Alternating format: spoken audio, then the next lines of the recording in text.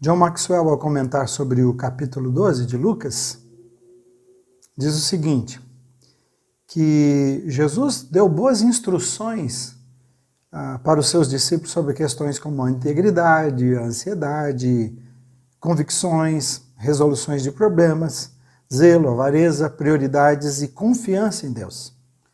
E por que logo esses assuntos?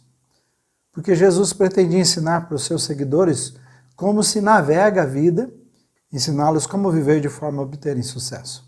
Com base nisso, com a leitura que você fez antecipadamente do texto bíblico, você entende que Jesus te ama, que se preocupa com você e que a vinda dele a esse mundo, seus milagres, os seus ensinamentos, foram para nos ajudar a navegar sem nos perdermos, sem naufragarmos no mar da vida. Você entende isto? E olhar para o texto de Lucas 12, 1 e 34, o que o Espírito Santo me mostrou foi exatamente essa verdade. Diante de tudo que Jesus está falando, principalmente navegar nesse momento em águas contrárias e turbulentas, da doença, das dificuldades financeiras, e para mim há um vírus muito letal chamado de faltas morais e éticas nos altos escalões, que apesar de tudo isso, né, e vamos abrir um parênteses aqui rapidinho, né, sempre eu abro, né, é uma questão séria para mim aqui isto, é que diante de tantas mortes e diante do coronavírus, com o impacto que ele está causando em financeiro, o Brasil consegue nesse momento ter mais atenção para os problemas políticos do que qualquer outro. Então, que situação, né? Então, navegar nesse momento, nessas águas contrárias que eu estou dizendo, turbulentas, da doença, das dificuldades financeiras e, para mim, esse vírus letal chamado as faltas morais e éticas nos altos escalões, que, apesar de tudo, Jesus, aquele que ordena ao mar revolto, acalma-te, se faz presente no mar da nossa vida e diz, não importa o que esteja acontecendo ou possa acontecer, só há uma preocupação que você precisa ter, e Jesus dizendo, e eu vou ajudá-la a descansar em todas as outras. Eu pedi que vocês lessem antes para eu apenas citar e focar na parte que eu vou falar nessa manhã com vocês. Jesus faz muitos comparativos nesses versículos, não sei se deu para você perceber dessa forma, e com o objetivo de acalmar o nosso coração, nos ensinar com o que realmente vale a pena focar a nossa vida para a gente ser bem-sucedido. Então veja os exemplos. Exemplo comparativo entre Deus e os homens. Nos versículos de 1 a 5, depois você pode comparar, tá bem? Não é para viver com medo dos homens, Jesus está dizendo. O máximo que os homens podem fazer é tirar a vida física, é até esse ponto que eles podem chegar. Mas ele está dizendo, Deus é maior que tudo, Jesus dizendo. E ele trata de uma morte pior que a morte espiritual, que é a morte da alma. E Jesus estava orientando os discípulos a terem cuidado com a hipocrisia, com a religiosidade dos fariseus. Não é? Então ele diz, não tenham medo deles, apesar eles eram hipócritas, falsos, e Jesus está dizendo, pode ficar cegado, Deus é muito maior que isso e vai tratar cada um conforme as suas ações. O exemplo comparativo entre o valor de 5 pardais e a vida humana, no versículo 6. O exemplo comparativo entre os fios de cabelo e a vida humana, no versículo 7. Em quarto, entre servir e negar a Jesus, nos versículos 8 a 10. Ele diz, não é para vocês terem medo de serem discriminados e desonrados, porque se vocês me seguirem, vocês serão honrados por mim na eternidade diante de Deus e dos seus anjos. No quinto, o enfrentamento de tribunais e autoridades, dos versículos 11 a 12, é a presença e a ajuda do Espírito Santo que eles teriam quando se fossem levados por causa de Jesus.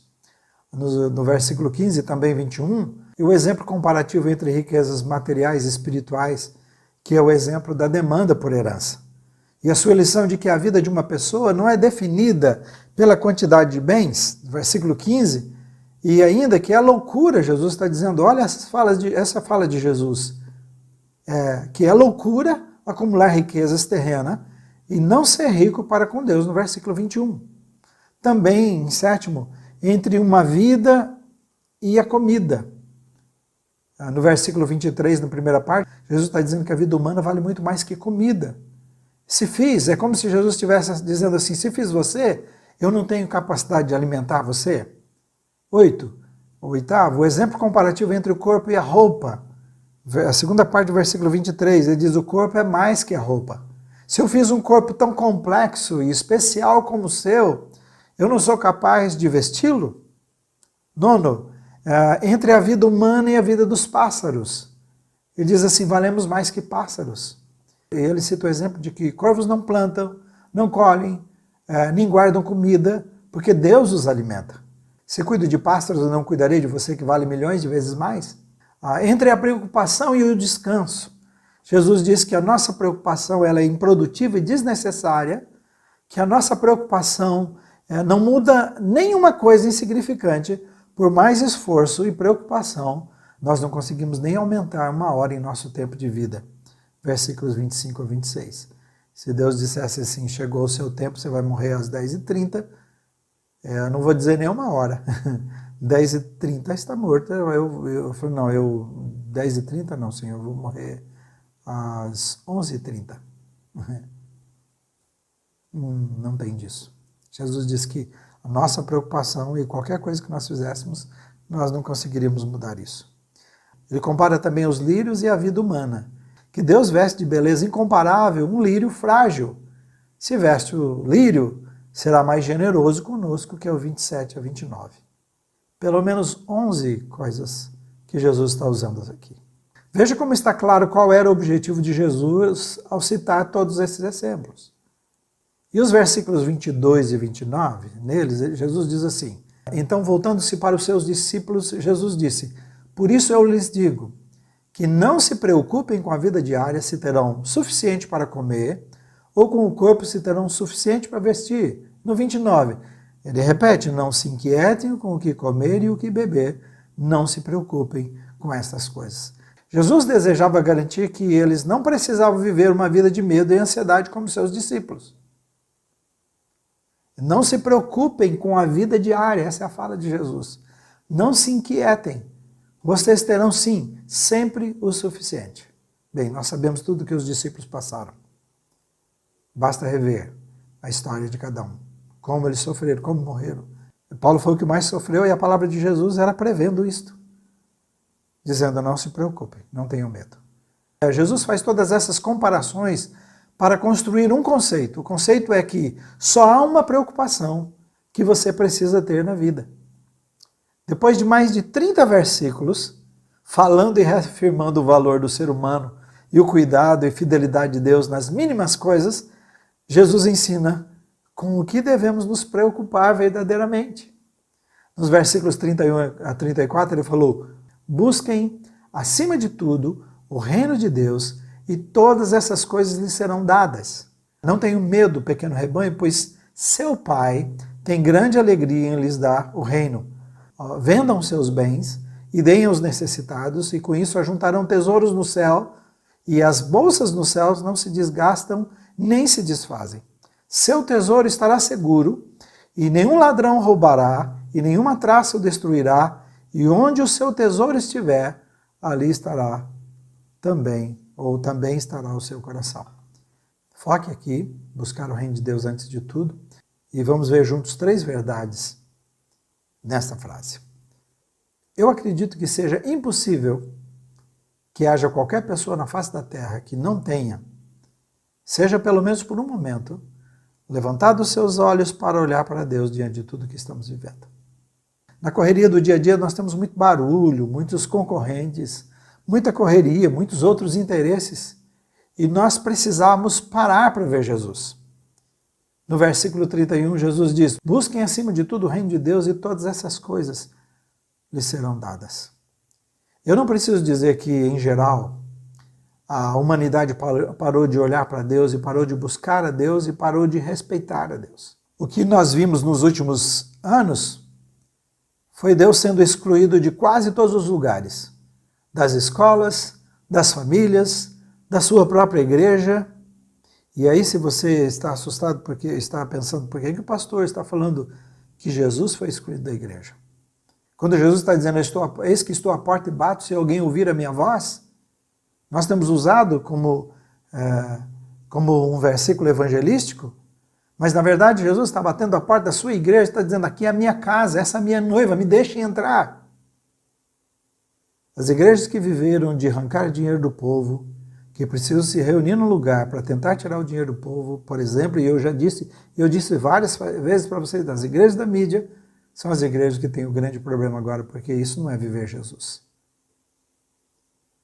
Essa foi uma maneira de Jesus entrar na sua casa, no seu coração.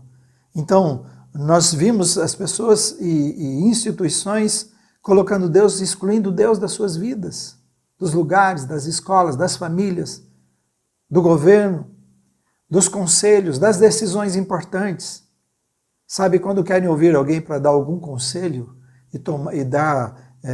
falar sobre um assunto relevante, importante para a sociedade, são artistas que são convidados, pessoas famosas que eram convidadas para dizer, mas pessoas que não tinham nenhuma moral, nenhum conselho verdadeiro para dar, são pessoas que estão lá exatamente para agradar algum segmento.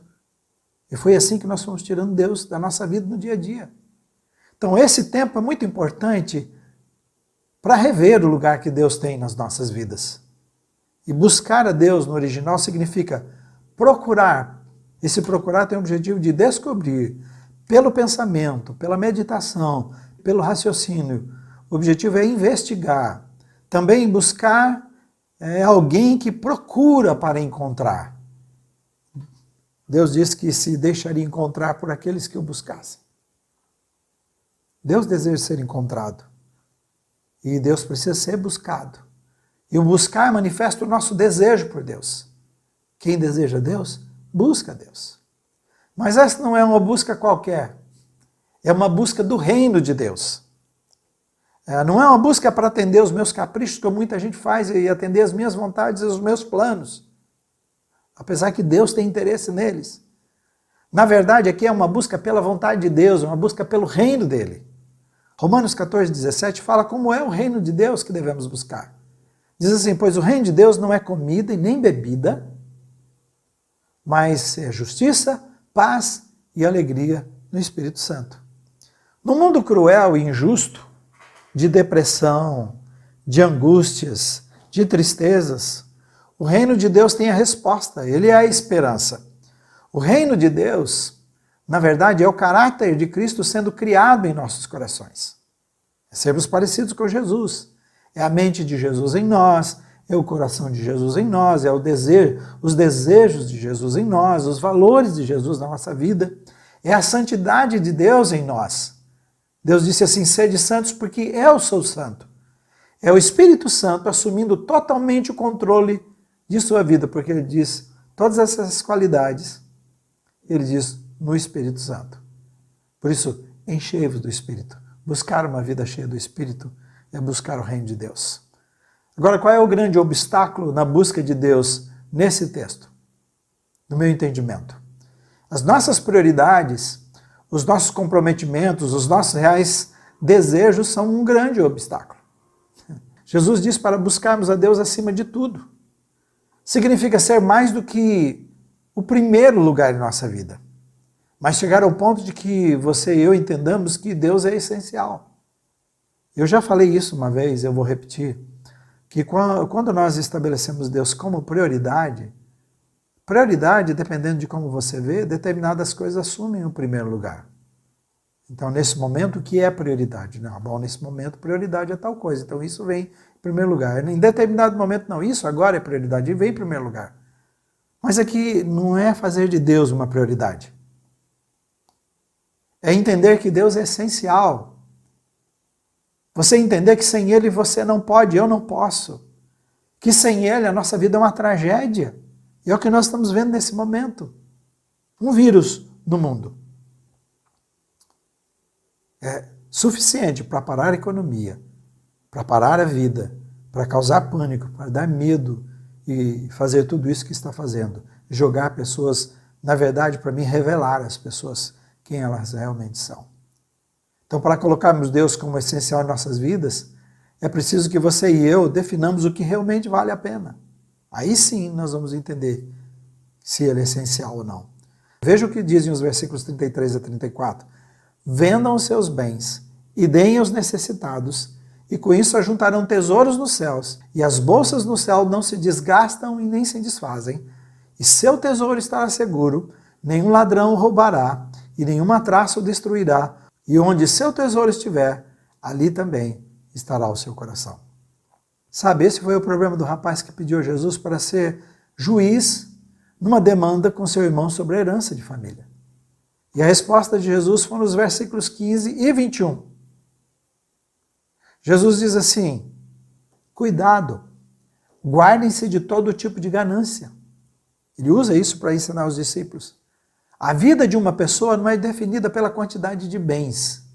E fala a verdade para a gente, o que está acontecendo no mundo agora não está dizendo para a gente, não há sabedoria humana, não há ciência, não há tecnologia, não há poder, não há pessoa, não há status, não há nada que possa mudar essa situação, a menos que Deus dê sabedoria para alguém conseguir encontrar a medicina correta para o coronavírus. Ele diz, e uma pessoa que estava buscando esse tipo de riqueza, que Jesus está falando e o que ele cita como exemplo, é uma pessoa que, são pessoas que estavam buscando segurança. Não é riqueza só nesse sentido que muitas vezes você fala, eu não quero ser rico. Não, não. É a pessoa que estava dizendo assim, é assim que eu encontro segurança para a vida. E Jesus continua no 21. Sim, é loucura acumular riquezas terrenas e não ser rico para com Deus. Eu não sei se você é como eu, mas você percebeu o quanto a gente é pobre? A gente desconfiava. Percebeu como somos pobres? Você percebeu que nós não podemos fazer nada? Diante de tudo isso, a não ser esperar? Eu louvo a Deus porque, não vou falar isso ainda, eu quero fazer isso num outro momento, mas dos milagres que Jesus está fazendo nas nossas vidas, nas nossas casas, nas nossas famílias. Né? Então é especial com tudo isso. A riqueza para com Deus é amar mais as pessoas do que os seus bens, o que o texto está dizendo. A riqueza para com Deus, porque ele diz, venda os seus bens, venda tudo, distribua, invista na eternidade. A riqueza para com Deus é viver nesse mundo sabendo que aqui é desapego, é isso que Jesus está dizendo, que aqui não é o nosso lugar de descanso, que não é nossa pátria, que aqui é um lugar passageiro, mas que nós devemos amar e servir a Ele e as pessoas, sendo sal, sendo luz, sendo fiel, vivendo para a sua glória em obediência e temor. E assim nós vamos ajuntar tesouros nos céus, num lugar que não se desgasta, que não tem inflação, que não tem corrupção, e que você não pode ser roubado, ou seus bens destruídos, ou você ser enganado. Na verdade, Jesus nos convida a nos desapegarmos, como eu citei, das coisas dessa vida. Aqui tudo é inseguro, é traiçoeiro, é temporal, e Ele convida a nos apegarmos nas coisas eternas, nos valores eternos. Eu quero concluir dizendo o seguinte, Jesus disse que só há uma preocupação que você precisa ter na vida. Para mim isso é maravilhoso porque ele usou 30 versículos que nós lemos, comparando a sua vida e a minha, para ensinar verdades para o nosso coração, de que Ele cuida de nós, que Ele nos ama, Ele tem o melhor para a nossa vida. Mateus 10 e 29, falando do mesmo assunto, só que Mateus fala uma coisa, acrescenta algo que me chama a atenção. Quando ele está dizendo dos pardais, por isso eu pedi para você pegar a moeda, você está com a moedinha, eu tenho 1 centavo aqui, né? Eu tenho 1 centavo aqui. Talvez você tenha 5 ou 10 centavos, mas Mateus está dizendo assim, não se vendem 2 pardais. Lá no texto que nós lemos de Lucas, ele falou de 5, por uma moedinha, lá diz de 2. Então, vamos pensar aqui, não se vende 2 pardais por uma moedinha. Contudo, ele diz, nenhum deles cai no chão sem o consentimento do Pai de vocês. Sabe, eu peguei esses centavos, pedi que você segurasse ou mostrasse para a sua família, porque Jesus diz que para uma coisa insignificante, 5 pardais que valem 2 centavos. 5 pardais que têm o valor de 2 centavos. Mas ele disse, eles têm um valor. Jesus diz assim, nenhum deles cai no chão sem o conhecimento do nosso Deus e Pai. Aí ele continua, ele fala sobre o cabelo, né? Eu queria te fazer uma pergunta, você sabe quantos fios de cabelos nós temos na cabeça? Você sabe quantos você tem agora? Caíram muitos dos meus. O comentário da editora Esperança diz que nós temos 140 mil fios de cabelos. E Jesus está dizendo que cuida dos pássaros, pássaros que não valem nada, de um valor insignificante, e um fio de cabelo. Ele disse que conta pássaros insignificantes e que conta cabelos. Nem pardais, no contexto, nem pardais e nem cabelos de sua cabeça caem sem que Deus tenha conhecimento. Por isso eu disse que queria encerrar aqui e chamar a sua atenção. Jesus pega o que não tem valor nenhum, faz uma lista de pelo menos 11 coisas que eu disse a você, para comparar e dizer do seu valor, do meu valor. E ele dizendo assim, se eu faço tudo isso com coisas insignificantes, quanto mais a sua vida, que é preciosa para mim. E a prova disso foi o fato que ele deixou tudo. Todo o seu poder, toda a sua glória, toda a sua majestade, para vir aqui, morrer no seu lugar, morrer por você e morrer por mim. Jesus está dizendo nesta manhã para você, lembrando nessa palavra, se quem se preocupa, quem vive ansioso com o que comer e vestir, olha quanto nós precisamos dessa palavra. Ele diz, são as pessoas que não são filhos de Deus. Porque aqueles que são filhos, ele diz, eu cuido de vocês. Não se preocupem, não tenham medo. Não falta para os pássaros. Não falta cuidado das plantas. Eu cuido dos detalhes. Sua vida vale muito mais do que todas essas coisas que eu citei para você. Eu queria que você sentisse dessa forma e se visse dessa forma nesta manhã. Com certeza do seu valor, de quanto você vale para Deus. Até você está cercado de situações que preocupam. Mas Jesus escreveu essas coisas para garantir o futuro dos seus discípulos lá, naquela época. E essa palavra foi escrita e eles viveram essa realidade, confiaram nelas e foram vencedores. E elas são a palavra de Deus que é a mesma ontem, hoje será eternamente, que não muda, que é a palavra para o seu coração, para o meu coração, para não temermos, porque Deus cuida de cada um de nós. Nenhum pardal cai. Isso para mim é profundo demais. Pardal é praga para nós. Pessoas matam, pássaros morrem de várias formas, e Deus sabe e Deus vê cada um deles, porque é assim que Ele é conosco. Queria que você percebesse e entendesse então agora. Jesus está presente aí na sua casa. Deus está presente aí na sua casa. Deus está presente na sua vida. Deus sabe tudo o que se passa com você. Não escapa um detalhe.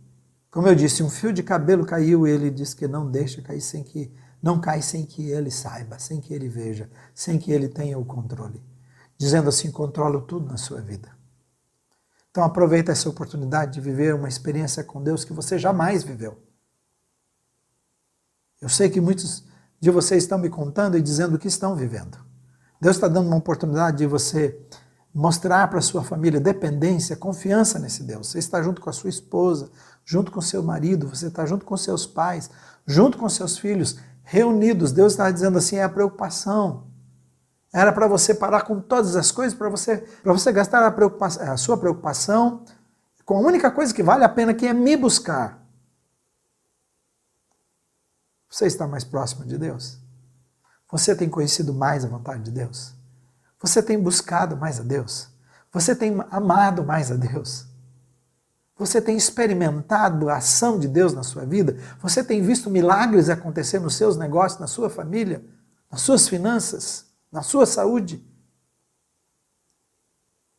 Ninguém me disse até agora da igreja que está passando por alguma situação descontrolada. E olha, eu tenho quase 40 anos de igreja, de pastorado. toda história de pastorado por todos os lugares que passei.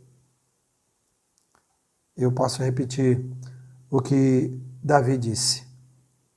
Já fui moço, hoje sou velho, e eu estou quase nesse caminho. Demora um pouco, mas eu estou lá. E ele disse, eu nunca vi um justo desamparado e os seus descendentes mendigarem o pão. Deus é fiel, queridos. Você serve um Deus grande, maravilhoso, que é Pai. Dobre o seu joelho, Ele está dizendo, entra em secreto, você está em secreto, entra no seu quarto com a sua família para orar, para buscar, para clamar a Ele, para falar com Ele, para agradecer a Ele, agradecer porque Ele já ouviu a oração. Ele te ama, Ele tem o melhor para você. Então o que Jesus estava querendo dizer, quis dizer para você nesta manhã, com essa palavra, só há uma preocupação que você precisa ter na vida. Todas as demais eu vou cuidar, se você me buscar. Se você me buscar o meu reino, eu vou acrescentar todas essas coisas. Você não precisa ir atrás delas, Ele vai acrescentar. Você está vendo milagre nas suas panelas? Você está vendo milagres nas suas finanças? Eu estou vendo. E eu convido você a ver também, e a perceber, e a confiar, e a agradecer a Jesus pela presença maravilhosa, pelo cuidado, pelo seu amor por sua vida. Ele te ama. Ele deu a sua vida por você. Ele tem um projeto maravilhoso para você. Dependa disso. Viva assim, viva nessa realidade. Busque ao Senhor Jesus. Se você precisa fazer um plano na sua vida, faça um plano de passar a sós com Jesus e experimentar o melhor que Ele tem para você.